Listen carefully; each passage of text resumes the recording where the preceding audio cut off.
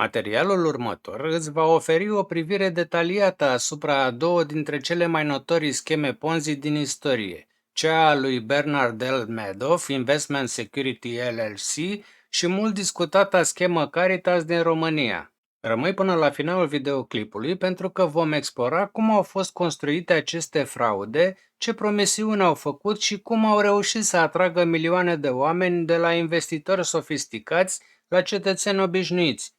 Pregătește-te să descoperi mecanismele din spatele unor înșelăciuni financiare care au schimbat vieți și au zdruncinat încrederea în sistem.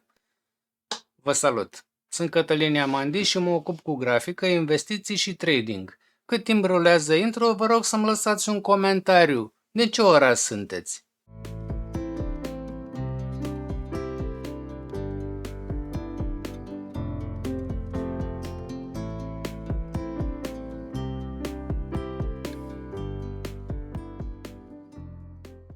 Scopul acestei prezentări este educativ și exemplele oferite nu sunt recomandări de investiții.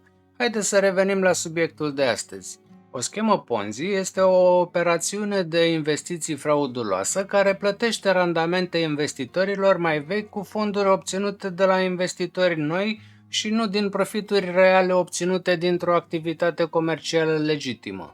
Schema Ponzi a fost denumită după Charles Ponzi, un imigrant italian care a pus în aplicare o schemă similară în anii 1920 în Statele Unite. Bernard L. Madoff Investment Security LLC a fost o firmă de investiții fondată în 1960 de Bernie Madoff, un finanțist american. Inițial, firma a fost o companie de brokeraj legitimă, contribuind la dezvoltarea pieței electronice de tranzacționare și având un rol important în dezvoltarea Nasdaq. Madoff a fost chiar președinte al Nasdaq la începutul anilor 1990, ceea ce a conferit o imagine de respectabilitate și credibilitate în lumea financiară. Cu toate acestea, în spatele fațadei sale de succes și legitimitate, Madoff a derulat timp de decenii cea mai mare schemă Ponzi din istorie, estimată la aproximativ 65 de miliarde de dolari. Madoff le promitea investitorilor săi randamente extraordinar de mari și constante, de obicei între 10 și 20% anual, indiferent de condițiile pieței. Aceste randamente erau neobișnuit de stabile și ridicate chiar și în perioade de criză economică, ceea ce ar fi trebuit să ridice semne de întrebare. Madoff susținea că folosește o strategie de investiții completă, dar în realitate nu făcea nicio investiție. Pentru a menține aura de exclusivitate și pentru a atrage noi investitori, Madoff pretindea adesea că nu acceptă bani noi sau că selectează cu strictețe clienții. Acest lucru crea o cerere artificială și o percepție că a fi un client Madoff era un privilegiu. Criza financiară din 2008 a fost catalizatorul prăbușirii schemei. Pe măsură ce piața se deteriora, tot mai mulți investitori au început să-și retragă banii, iar Madoff nu a mai putut găsi suficienți investitori noi pentru a acoperi cererile. În decembrie 2008, el a mărturisit familiei sale că întreaga afacere era o fraudă masivă, iar fiii săi l-au denunțat autorităților. Madoff a fost arestat în decembrie 2008, a pledat vinovat și a fost condamnat în 2009 la 150 de ani de închisoare. A murit în închisoare în aprilie 2021. Frauda sa a afectat mii de investitori, de la persoane fizice obișnuite care și-au pierdut economiile de o viață până la instituții caritabile și chiar celebrități. Caritas a fost o altă schemă Ponzi de proporții gigantice care a funcționat în România la începutul anilor 1990, în perioada de tranziție postcomunistă, și a reprezentat una dintre cele mai mari fraude financiare din istoria țării. Fondată în 1992 la Cluj-Napoca de către Ioan Stoica, Caritas a promis și pentru o perioadă chiar a plătit randamente fabuloase pe sumele investite. Caritas promitea că va returna investitorilor de 8 ori suma depusă în termen de 3 luni. Era o promisiune incredibilă care a atras milioane de români dorniți să se îmbogățească rapid într-o perioadă de incertitudine economică. La fel ca în cazul schemei Madoff, Caritas nu avea nicio activitate economică legitimă care să justifice profiturile promise. Nu investea nimic, nu producea nimic, era pur și simplu un flux de bani de la noi deținători către cei vechi.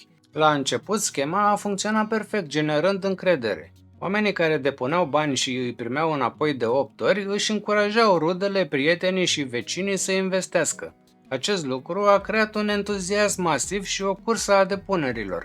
O schemă Ponzi este prin natura ei nesustenabilă.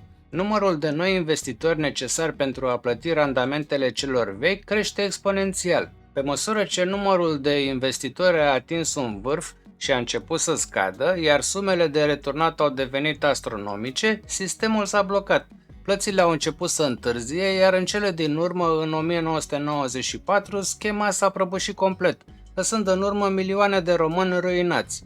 Impactul social și economic al Caritas a fost devastator. Aproximativ 3 milioane de români au fost păgubiți, pierzându-și economiile de o viață, inclusiv bani împrumutați sau obținuți prin vânzarea de proprietăți. A generat o criză de încredere în sistemul financiar emergent al României și a lăsat răni adânci în societate. Ioan Stoica a fost arestat și condamnat ulterior pentru înșelăciune. Atât Caritas cât și frauda Madoff sunt exemple puternice ale modului în care promisiunile de îmbogățire rapidă și lipsa de vigilență pot duce la catastrofe financiare de proporții. Ele subliniază importanța educației financiare și a scepticismului față de orice oportunitate de investiție care pare prea bună pentru a fi adevărată. Această prezentare este un rezumat concis și oferă direcții de studiu pentru cei care doresc să aprofundeze subiectul. Dacă apreciați conținutul postat și doriți să mă sprijiniți, vă încurajez să alegeți unul dintre abonamentele plătite. Am înființat și un grup pe Facebook unde îmi face plăcere să vă invit. Este numit Cercul Prosperității Financiare. Aveți linkul în primul comentariu al materialului.